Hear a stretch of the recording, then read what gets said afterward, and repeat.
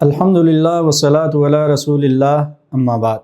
تمام تعریفیں اللہ سبحانہ و تعالیٰ کے لیے جس نے اپنا زندہ کلام نازل کیا، جو انسان کو اندھیروں سے روشنی کی طرف لے کر آتا ہے۔ آج آپ حضرات کے سامنے 9ویں پارے کا خلاصہ لے کر حاضر ہوں، اس امید کے ساتھ کہ میں اور آپ اللہ کے اس پیغام کو اپنی زندگیوں میں شامل کرنے کی پوری کوشش کریں گے۔ گزشتہ پارے میں 8ویں پارے میں نے عرض کیا تھا کہ آخر میں اللہ جل شانہ نے 5 انبیاء کرام کا ذکر فرمایا۔ ان کے ذکر کے بعد ان کی قوموں کا ذکر، ان کے اوپر آنے والے عذاب کا ذکر، اللہ جل شانہ ارشاد فرماتے ہیں وَمَا أَرْسَلْنَا فِي قَرْيَةٍ مِّن نَبِيٍّ إِلَّا أَخَذْنَا أَهْلَهَا بِالْبَأْسَاءِ وَالضَّرَّاءِ لَعَلَّهُمْ يَضَّرَّعُونَ۔ یہ جو بستیاں تھیں، ایسا نہیں تھا کہ اللہ جل شانہ نے ان کے گناہوں کے سبب اچانک ان کو جو ہے وہ عذاب میں مبتلا کر دیا۔ اللہ فرماتے ہیں ان بستیوں کو ہم نے مصیبت میں بھی رکھا، دکھ میں بھی، تکلیف میں بھی، تنگ دستی میں بھی، پریشانی میں، اور اس کے بعد فرمایا ہم نے ان کو خوشحالی میں بھی رکھا۔ دونوں طرح سے اللہ جل شانہ نے ان کو موقع فراہم کیا۔ انسان کی فطرت ہے، کچھ لوگ ایسے ہوتے ہیں جو تنگی میں، تنگ دستی میں، مصیبت پریشانی میں اللہ کو زیادہ یاد کرتے ہیں، جلدی اللہ کی طرف متوجہ ہوتے ہیں، اور کچھ لوگوں کے مزاج، طبیعت ایسی ہوتی ہے کہ جب ان کے اوپر فراوانی آئے، آسانی آئے، آرام، سہولت، آسائش ملے تو وہ اللہ کا زیادہ شکر ادا کرتے ہیں، وہ اللہ کے زیادہ قریب ہو جاتے ہیں۔ تو اللہ فرماتے ہیں میں نے دونوں طرح کے مواقع جو ہیں ان بستی والوں کو، ان قوموں کو، ان لوگوں کو مہیا کیے۔ پھر اللہ جل شانہ فرماتے ہیں وَلَوْ أَنَّ أَهْلَ الْقُرَىٰ آمَنُوا وَاتَّقَوْا لَفَتَحْنَا عَلَيْهِمْ بَرَكَاتٍ مِّنَ السَّمَاءِ وَالْأَرْضِ وَلَكِنْ كَذَّبُوا فَأَخَذْنَاهُمْ بِمَا كَانُوا يَكْسِبُونَ۔ اللہ فرماتے ہیں کہ ہمارے ان مواقع سے اگر فائدہ اٹھا کر وہ لوگ توبہ کر لیتے تو ہم زمین و آسمان کی برکتوں کے دروازے ان کے لیے کھول دیتے۔ سبحان اللہ، یعنی کہ توبہ کا موقع اللہ نے دیا، اور اللہ خود فرما رہے ہیں کہ اگر یہ لوگ توبہ کے اوپر آ جاتے، اللہ کے ان دیے ہوئے مواقع سے فائدہ اٹھاتے، اور یہ لوگ اللہ کی فرمانبرداری میں آ جاتے، توبہ کر لیتے، تو اللہ جل شانہ ان کے لیے برکتوں کے دروازے کھول دیتے۔ تو اس سے پتہ یہ چلا کہ اگر انسان گناہ گار ہے تو وہ توبہ کرے، اللہ سے اپنی مغفرت طلب کرے، گناہوں کا ذکر کرے، اللہ کے سامنے ان کے اوپر روئے، اللہ سے معافی طلب کرے۔ جب وہ انسان توبہ کر لے گا تو اللہ اس کے گناہوں کو بھی معاف فرمائیں گے، اور اس کی زندگی میں اللہ جل شانہ برکتیں بھی عطا فرمائیں گے۔ تو برکت کے لیے سبھی حضرات کی کوشش ہوتی ہے، دعا بھی کرتے ہیں کہ اللہ ہمیں برکت عطا فرما۔ تو اللہ نے یہ وظیفہ خود ارشاد فرمایا کہ توبہ کر لو، اللہ برکت کے دروازے کھول دے گا۔ اس سے آگے حضرت موسیٰ علیہ السلام کا قدر تفصیل کے ساتھ اللہ جل شانہ نے ذکر فرمایا کہ موسیٰ علیہ السلام فرعون کی طرف گئے اور اللہ جل شانہ نے ان کو معجزے عطا فرمائے۔ ایک معجزہ یہ کہ ان کے ہاتھ میں جو عصا، جو لاٹھی تھی، وہ موسیٰ علیہ السلام پھینکتے تو وہ ایک اژدہا بن جاتا، سانپ بن جاتا، اور دوسرا یہ کہ وہ اپنا ہاتھ جو ہے وہ بغل کے نیچے رکھتے، اور جب وہ باہر نکالتے تھے تو وہ چمک رہا ہوتا تھا سورج کی طرح۔ تو موسیٰ علیہ السلام فرعون کے پاس گئے، اور فرعون کا اور ان کا آپس میں مکالمہ ہوا، انٹریکشن ہوا، بات چیت ہوئی۔ تو فرعون ظاہر ہے فرعون تھا، انا ربکم الاعلیٰ کی اس کی صدا تھی، اور وہ اپنے غرور اور تکبر اور نخوت میں تھا، تو اس نے موسیٰ علیہ السلام کی بات نہ مانی۔ تو جب موسیٰ علیہ السلام نے اپنے معجزات دکھائے اسے، تو نعوذ باللہ اس نے کہا یہ تو سیدھا سیدھا جادو ہے بھائی، وہ جادو کا دور تھا۔ تو اس نے کہا یہ کون سی بڑی بات ہے، میں سب لوگوں کو بلاتا ہوں اور جادوگر بھی بلاتا ہوں، آپ اپنا جادو پیش کریں۔ نعوذ باللہ اس نے اپنے ذہن کے مطابق کہا، اور میرے جادوگر بھی اپنا جادو پیش کریں گے، دیکھیں گے کون جو ہے وہ جیتتا ہے، کس کا جادو چل جاتا ہے۔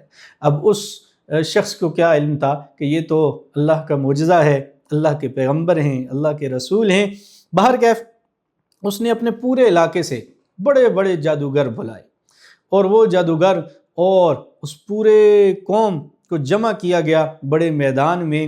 موسیٰ علیہ السلام ایک طرف اپنے عصا کے ساتھ، اپنے مبارک عصا کے ساتھ، اور اللہ کی مدد و نصرت کے ساتھ، اور دوسری طرف فرعون اور اس کی قوم کے لوگ، اس کے وزیر اور مشیر، اور اسی طرح اس کے جادوگر بھی موجود تھے۔ انہوں نے اپنے جادو دکھائے کہ اپنی چھوٹی چھوٹی انہوں نے وہ جو عصا اٹھائے ہوئے تھے وہ انہوں نے جب پھینکے تو دیکھا کہ سارے کے سارے ان کی عصا جو ہیں وہ سانپ بن گئے۔ موسیٰ علیہ السلام کو اللہ جل شانہ حکم دیا، موسیٰ علیہ السلام نے جب اپنا عصا پھینکا تو اتنا بڑا اژدہا بنا اور وہ سارے کے سارے سانپوں کو نگل گیا۔ جب جادوگروں نے یہ دیکھا تو انہوں نے کہا یہ تو جادو نہیں ہے، کیونکہ جادوگر تو سمجھتے تھے کہ جادو کیا ہوتا ہے، نظر بندی کیا ہوتی ہے، تو وہ سمجھ گئے کہ یہ تو جادو نہیں ہے، یہ تو واقعتاً اللہ کے پیغمبر ہیں۔ تو پھر کیا ہوا؟ فَأُلْقِيَ السَّحَرَةُ سَاجِدِينَ، وہ سارے کے سارے سجدے میں گر گئے۔ قَالُوا آمَنَّا بِرَبِّ الْعَالَمِينَ رب موسیٰ و ہارون، انہوں نے یہ اقرار کر دیا ہم رب العالمین پہ ایمان لاتے ہیں، فرعون کے رب ہونے کا انکار کرتے ہیں، موسیٰ علیہ السلام اور ہارون علیہ السلام کے رب پہ ایمان لانے کا اقرار کرتے ہیں۔ فرعون نے سب سے پہلی بات ان سے یہ کی کہ میری اجازت کے بغیر تم لوگ ایمان لے آؤ، یعنی کہ اس کا غرور اور تکبر کیسا تھا کہ وہ یہ سمجھتا تھا کہ میری اجازت کے بغیر کوئی اپنا ایمان بھی نہیں بدل سکتا۔ پھر اس نے ان کو دھمکیاں بھی دیں کہ میں تمہیں سولی لٹکاؤں گا، تمہیں عذاب دوں گا، تمہیں جو ہے وہ تکلیف دوں گا، اور تمہارا دایاں ہاتھ اور بایاں پاؤں اس طرح کاٹ دوں گا، مار دوں گا، تمہیں سولی لٹکا دوں گا۔ قالوا انا الی ربنا منقلبون، جب ایمان انسان کے دل میں آ جائے تو پھر دنیا کے سارے خوف، دنیا کے سارے ڈر وہ اللہ جل شانہ اس کے دل سے ختم فرما دیتے ہیں۔ یہ ابھی چند لمحے پہلے ایمان لے کر آئے، لیکن اللہ نے ایسا مضبوط ایمان عطا کیا کہ انہوں نے کہا فرعون جو مرضی سزا دو گے، آخر ہمیں موت ہی دو گے، جب ہم مر جائیں گے تو اس کے بعد ہم اپنے رب سے ملاقات کریں گے۔ اور ایک صاحب ایمان شخص کے لیے اس سے بہترین موقع کیا ہوگا کہ وہ اپنے رب سے ملاقات کرے۔ بہرکیف پھر اس کے بعد اللہ جل شانہ نے بنو اسرائیل کا ذکر فرمایا۔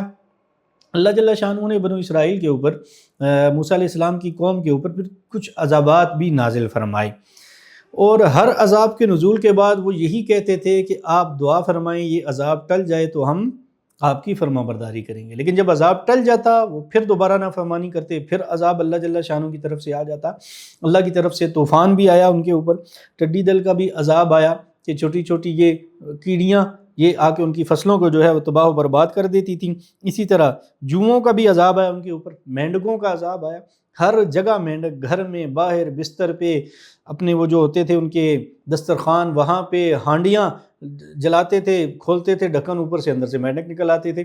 یہ اللہ کی طرف سے ان کے اوپر عذاب آیا۔ اسی طرح اللہ نے خون کا عذاب ان کے اوپر نازل فرمایا، ہر جگہ ان کو خون ملتا تھا، گلاس میں، برتن میں، پلیٹ میں، بستر کے اوپر، کھیتوں میں، ہر جگہ جہاں جاتے آگے ان کو خون نظر آتا تھا۔ یہ اللہ کی طرف سے مختلف قسم کے عذاب ان کے اوپر آئے۔ اللہ جل شانہ ہم سب کو ان تمام عذابوں سے محفوظ فرمائے۔ پھر اس سے آگے حضرت موسیٰ علیہ السلام کا جو کوہ طور پہ جانا ہے اس کا واقعہ ذکر ہے۔ موسیٰ علیہ السلام کو 30 راتوں کے لیے، پھر 10 راتیں اور 40 راتوں کے لیے موسیٰ علیہ السلام نے وہاں پہ قیام فرمایا۔ حضرت ہارون علیہ السلام ان کے پیچھے جو ہے وہ خلیفہ اور نائب بنے۔ جب موسیٰ علیہ السلام اوپر کوہ طور پر تشریف لے گئے تو پیچھے انہوں نے جو ہے ایک بچھڑا بنایا قوم نے، اور اس میں سے کچھ آواز نکلی تو ان سب لوگوں نے اس کو پھر معبود بنا لیا۔ موسیٰ علیہ السلام واپس تشریف لائے اور موسیٰ علیہ السلام نے سخت غصے کا اظہار فرمایا۔ حضرت ہارون علیہ السلام سے بھی ان کا ایک جو ہے وہ جھگڑا ہوا۔ ہارون علیہ السلام نے اپنی صفائی پیش فرمائی کہ میں نے تو ان سے کہا کہ یہ شرک ہے، اس طرف نہ جاؤ، لیکن آپ کے جانے کے بعد انہوں نے مجھے کمزور سمجھا اور میری بات کو انہوں نے تسلیم جو ہے وہ نہیں کیا۔ تو بہرکیف انہوں نے پھر بچھڑے کو معبود بنا لیا۔ پھر ان کے لیے موسیٰ علیہ السلام نے دعا فرمائی اللہ ان کو معاف فرما دے۔ ان کی توبہ اس صورت پہ قبول ہوئی کہ اللہ جل شانہ نے فرمایا جن لوگوں نے یہ شرک کیا ان لوگوں کو قتل کر دیا جائے، ان کو قتل کیا گیا، یہی ان کی توبہ تھی۔ اللہ جل شانہ نے اس صورت میں قبول فرمائی۔ پھر اس کے بعد موسیٰ علیہ السلام نے دوسری دعا، ایک تو فرمایا کہ معاف کر دے، اللہ توبہ کی درخواست کی، اور دوسرا فرمایا کہ میری قوم کو رحمت عطا فرما۔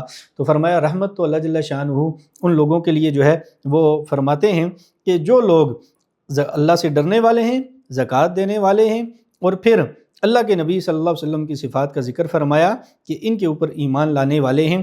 اللہ کے نبی صلی اللہ علیہ وسلم کی صفات کا ذکر کیا گیا۔ اللہ کے نبی ایسے رسول جو نبی ہیں اللہ کے اور امی ہیں، یعنی کسی کے سامنے کبھی بھی انہوں نے دو زانوئے تلمذ نہیں طے کیا، کوئی انہوں نے کسی سے کوئی چیز نہیں سیکھی، براہ راست اللہ جل شانہ نے ہر چیز اپنے پاک پیغمبر کو سکھائی۔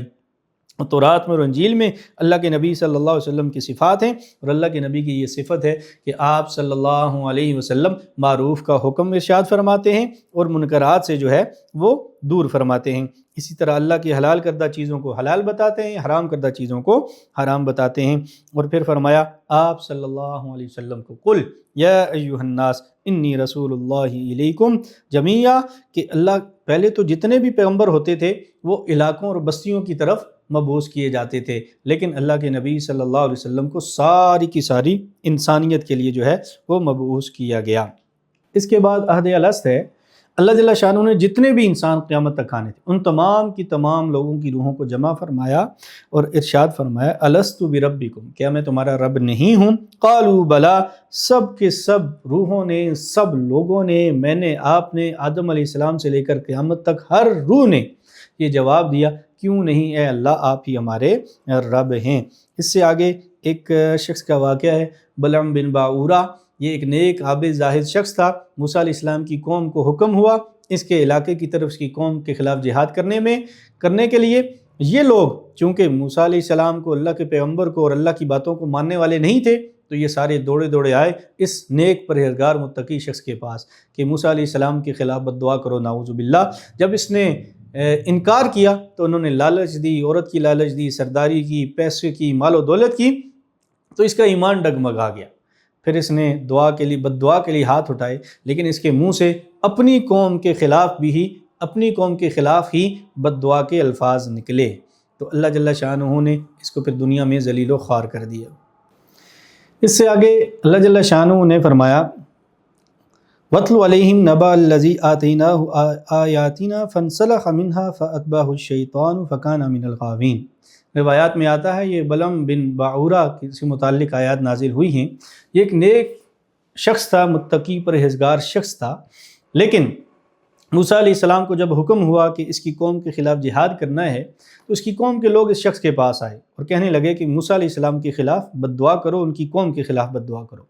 اس نے کہا بھئی وہ پیغمبر ہیں، رسول ہیں، میں کیسے ان کے خلاف بد دعا کر سکتا ہوں؟ میری بد دعا کیسے ان کے خلاف جو ہے وہ جا سکتی ہے؟ تو انہوں نے جب رشوت دی، پیسے کی لالچ میں آ گیا، اس نے ہاتھ اٹھا لیے، تو اللہ کی طرف سے کرنا ایسا ہوا کہ اس کی زبان سے اپنی قوم کے خلاف ہی بد دعا کے الفاظ نکلے اور اس کی زبان نکل کر سینے کے سامنے آ گئی۔ اللہ جل شانہ نے اس کو فَمَثَلُهُ كَمَثَلِ الْكَلْبِ، کتے سے اس کو تشبیہ دی۔ تو انسان کے پاس اگر علم ہو، زہد ہو، تقوی ہو، تو کبھی بھی اللہ کی نافرمانی نہیں کرنی چاہیے، اللہ والوں، اللہ کے پیغمبر، اللہ کے دین کے خلاف کبھی بھی نہیں جانا چاہیے۔ فرمایا قُلْ لَا أَمْلِكُ لِنَفْسِي نَفْعًا وَلَا ضَرًّا إِلَّا مَا شَاءَ اللَّهُ، اے پیغمبر آپ فرما دیجئے کہ لا املک لنفسی، میں اپنی ذات کے لیے بھی کسی نفع نقصان کا وہ نہیں ہوں، مالک نہیں ہوں۔ یہ نفع اور نقصان میری ذات کا، وہ بھی اس کا مالک کون ہے؟ اللہ کی ذات ہے۔ تو اللہ کی طرف بندوں کو متوجہ کیا۔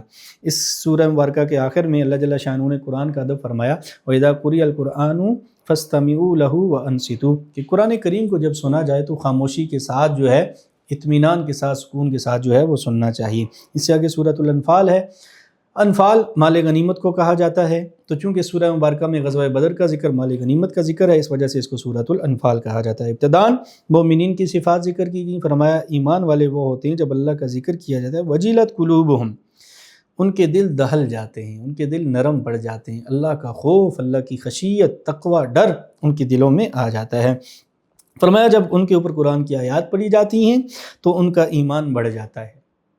ہمیں قرآن پڑھنے سے ایمان بھی نہیں زیادہ ہوتا اور اللہ کے ذکر سے ہمارے دل خشیت بھی نہیں حاصل کرتے، تو ہمیں اپنے ایمان کی فکر کرنی چاہیے۔